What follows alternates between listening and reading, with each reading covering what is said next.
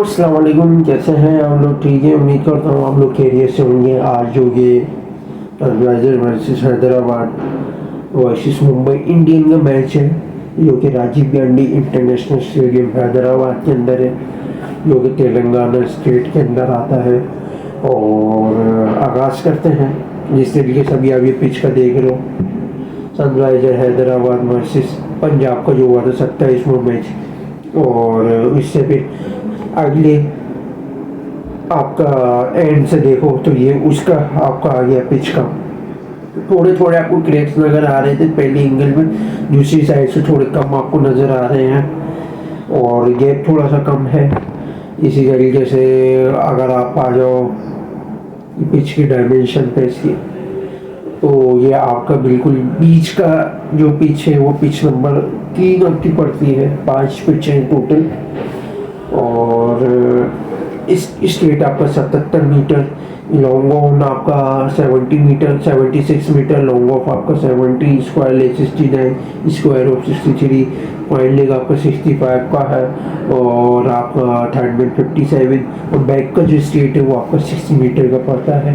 और ये हो गई इसकी डायमेंशन। अब आ जाओ आप ये पंजाब सारे जो गुजरात का जो मैच हुआ था 20वां मैच, ये उसकी पिच हल्की हल्की सी आप तो थोड़ी सी थोड़ी सी गिवनी स्ट्रक्चर मिलेगा जिससे पहले पहले मैचेस में। तो ये इसकी डायमेंशन पे आ जाओ आप, तो आपको 76 का स्ट्रेट है, लॉन्ग ऑन आपका 73, लॉन्ग ऑफ आपका 75, square leg 63, square of 70 metre, wide leg आपका 60 मीटर, थर्ड में 60 मीटर, बैक का स्ट्रेट आपका 62 मीटर। यानी ऑफ आपका थोड़ा लंबा हो जाएगा, लॉन्ग ऑफ आपका थोड़ा सा बढ़ रहा है और लॉन्ग ऑन और स्क्वायर लेग और थर्ड लेग स्क्वायर लेग हो गया और वाइड लेग ये थोड़ा सा शॉर्ट हो जाता है। और साथ में अगर आप ये देखें तो ये पिच नंबर 3 है जिसका भी आपको मैंने दिखाया था। ये 200 प्लस टारगेट वाली पिच है, ये 200 प्लस टारगेट वाली पिच है। और जो पहले वाला जो मैंने आपको दिखाया था वो थोड़ा सा स्टफ आ जाती, 4 नंबर की पिच, थोड़ा सा आगे पिच हो गया। ये पिच नंबर 3 है बल्कि, और इसमें आपको बाकायदा बीच का आपको एरिया नज़र आ रहा होगा। लॉन्ग ऑफ आपको बिल्कुल बराबर नज़र आ रहा है, 75 मीटर का 79 का स्ट्रेट है, स्क्वायर लेग आपका 767, स्क्वायर ऑफ 769, फाइन लेग 60 और थर्ड में 61 और बैक का स्ट्रेट 59 मीटर आपको पड़ता है। और ये अब ये पिच देख रहे हो, थोड़ा सा करीब से आपको दिखाया है। और पिच की जो मिट्टी की नज़ाकत है और पिच नंबर जो 2 पड़ता है क्योंकि SRH वर्सेस जो राजस्थान को होती, जिसमें SRH ने पागल कर दिया था मार मार के, उसके बाद से कभी उठ नहीं पाया हैदराबाद। और ये इसकी डायमेंशन है। तो आप ये देखो पिच नंबर 2 की, तो इसमें आपको थोड़ा सा आपको नज़र आ गया होगा बाकायदा। स्क्वायर लेग आपका 70 मीटर है, स्क्वायर ऑफ आपका 63, लॉन्ग ऑन आपका 76, long off 74, straight 77, wide leg 63 और थर्ड में आपका 57। तो ये आपको थोड़ा सा फर्क आया है, कमी पेशी हुई है पिच का। मैं आपको बता दें थोड़ी सी सुस्त हुई है पिच। और वेदर का भी थोड़ा सा रद्द-ए-अमल होता है, जैसा कि भी आप ये वेदर देख रहे हो 34 डिग्री का वेदर है। मैच स्टार्ट होगा 7:30 बजे का और ये जो यहाँ की लोकल टाइम इसके हिसाब से आपको 7 बजे का दिख रहा है और 33 आपको 8 बजे यानी वहाँ के हिसाब से 8:30। यानी जितना घंटा बढ़ता जाएगा 1-1 डिग्री कम होगा, ज़्यादा आपको ड्यूटी मिलेगी नहीं। लेकिन ये है कि टॉस जीत की जो टीम होगी वो यहाँ पर बॉलिंग ही लेगी चेजिंग पे, चेजिंग में थोड़ा सा फ़ायदा मिलेगा। और पिच थोड़ी सी डेड लो होगी तो लो बाउंस में थोड़ी सी बैटिंग को अच्छा फ़ायदा मिलेगा, जिसकी सबक जो पहली जो बैटिंग जिसको मिल जाएगी उसके लिए सबसे बड़ा सॉल्यूशन ये होगा कि 200 प्लस तक का टारगेट देना पड़ेगा। 200 प्लस तक का टारगेट देगा, बैटिंग थोड़ी स्ट्रॉन्ग हो, बॉलिंग स्ट्रॉन्ग होगी तो ही वो बच सकता है, वरना अदरवाइज उसकी मौत है।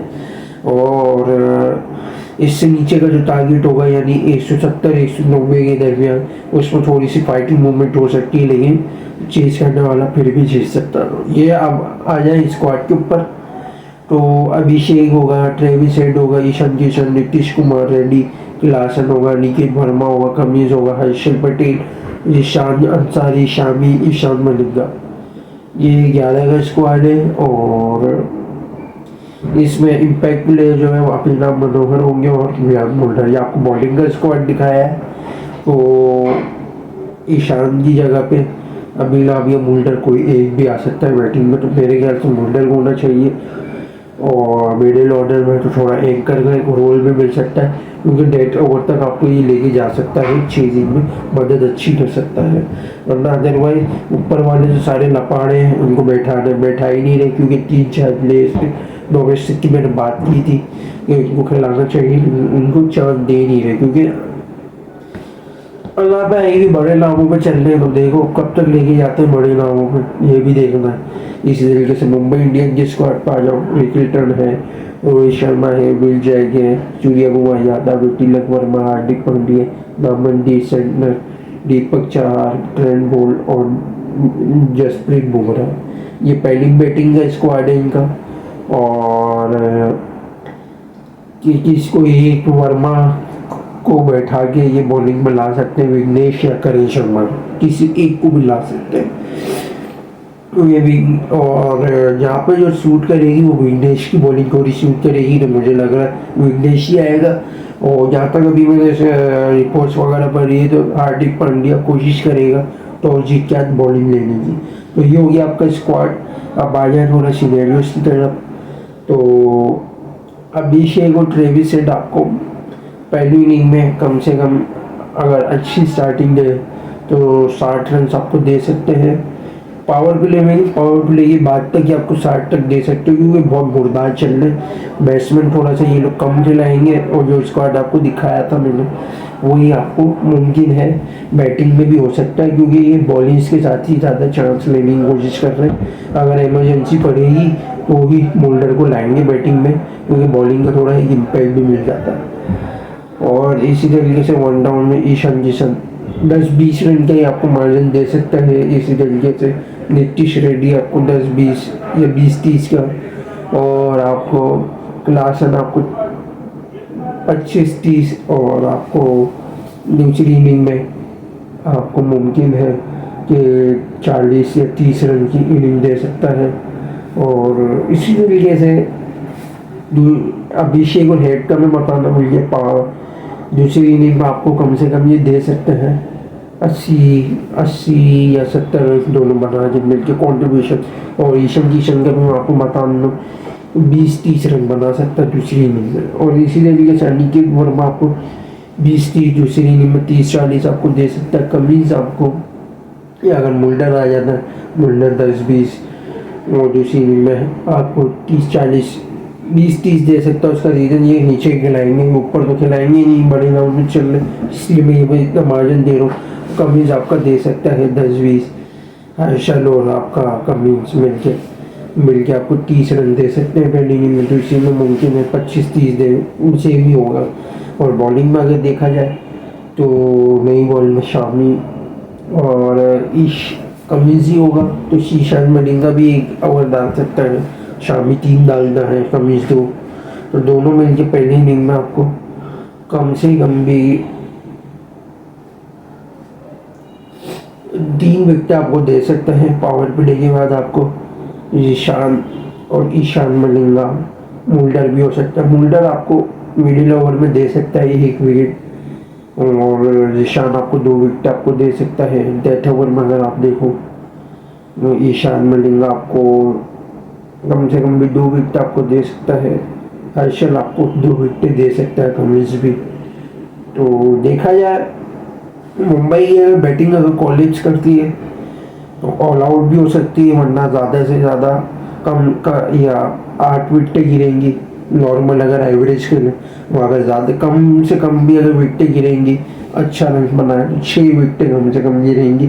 और अगर दूसरी इनिंग में अगर देखा जाए तो शामी आपका 1, और कमिंस और ईशान मलिंगा थोड़ा पिच सकते हैं, तो 1 विकेट आपको सिर्फ शामी से मिल सकती है। मिडिल में ईशान आपको 1 विकेट दे सकता है डेथ ओवर में। आपको हर्षल, ईशान और आपको हम इस मिलके 4 विकेट आपको दे सकते हैं। ज़्यादा से ज़्यादा अगर चेज करने जा रहे हैं तो भी 6 विकेटें गिरेंगी मुंबई की, वरना कम से कम भी 3-4 विकेटों पे भी चेज कर सकता है। ये आपको मैंने सिनेरियो बता दिया हैदराबाद का। इसी तरीके से अगर आप आ जाओ मुंबई का, तो रिकेल्टन और शर्मा की सूटेबल पिच है, तो दोनों मिलकर आपको 50-60 दे सकते हैं। दोनों पहली इनिंग में, दूसरी मुमकिन है चेज में 60-70 भी आपको दे सकते हैं। और इसी तरीके से विल जैक का आप इसका आएगा, देख लो इसका है विल जैक आपको 20-30 पहली इनिंग में, दूसरी में 30-35, और इसका है आपको स्काई की भी सूट देती है पिच, तो 30-40 दे सकता है। दूसरी में मुमकिन है 40-50 भी बना सकता है। और तिलक वर्मा को भी थोड़ी सूटेबल देती है, तो पहली इनिंग में 20-30 और दूसरी इनिंग में मुमकिन है 40-50 भी बना सकता है। और इसी तरीके से पांड्या 20-30 आप 10-20 कर लो पहली इनिंग में, दूसरी में आपको 20-30 या 40 की इनिंग दे सकता है। 23 नामंदीर आपको और सेंटनर मिल गए, दोनों आपको कम से कम भी मिल के पहली इनिंग में 30-40 रन दे सकते हैं। दूसरी में मुमकिन है आपको 35 से 45 आपको दे सकते हैं। इसी तरीके से बॉलिंग में देखा जाए तो पहली इनिंग में दीपक चाहर, ट्रेंट बोल्ट और बुमराह मिलकर आपको 3 विकेटें दे सकते हैं। पावर प्ले की बात देखा जाए तो हार्दिक पांड्या भी एक ऑप्शन है नई बॉल में, बाद में भी करा सकते हैं। तो 1 विकेट आप इसका कॉन्ट्रीब्यूशन करें, 4 विकेट हो गए। विघ्नेश हो गया, विघ्नेश आपको 3 विकेट आपको एटलीस्ट दे सकता है 10 ओवर में अगर देखा जाए तो। जसप्रीत बुमराह सेंटनर भी आपको मिडिल में दे सकता है 1 विकेट, और जसप्रीत बुमराह बल्कि 2 भी दे सकता है 10 ओवर में। जसप्रीत बुमराह और हार्दिक पांड्या आपको 1-1 विकेट दे सकते हैं। तो हैदराबाद की जिस तरीके से बैटिंग डाउन चल रही है, तो पहली इनिंग में मुमकिन है ऑल आउट भी हो सकती है, या कम से कम 8 विकेटें गिर सकती हैं। और अगर दूसरी इनिंग में अगर देखा जाए तो दीपक हो गया, ट्रेंट बोल्ट, बुमराह, हार्दिक, ये चारों मिलके कम से कम भी आपको 2 विकेट आपको दे सकते हैं। पावर प्ले के बाद आपको विघ्नेश 2, 1 सेंटनर दे सकता है 10 ओवर में। आपको सिर्फ और सिर्फ बुमराह आपको विकेट दे सकता है 1-2। तो देखा जाए तो चेजिंग कोर्स में 7 से 6 विकेटें ज़्यादा से ज़्यादा गिर सकती हैं हैदराबाद की, और अगर कम से कम भी 4-5 विकेटों पे भी चेज कर सकता है। तो ये हो गई हमारी सिनेरियोस आज का हमारी प्रेडिक्शन पालो। तो हैदराबाद अगर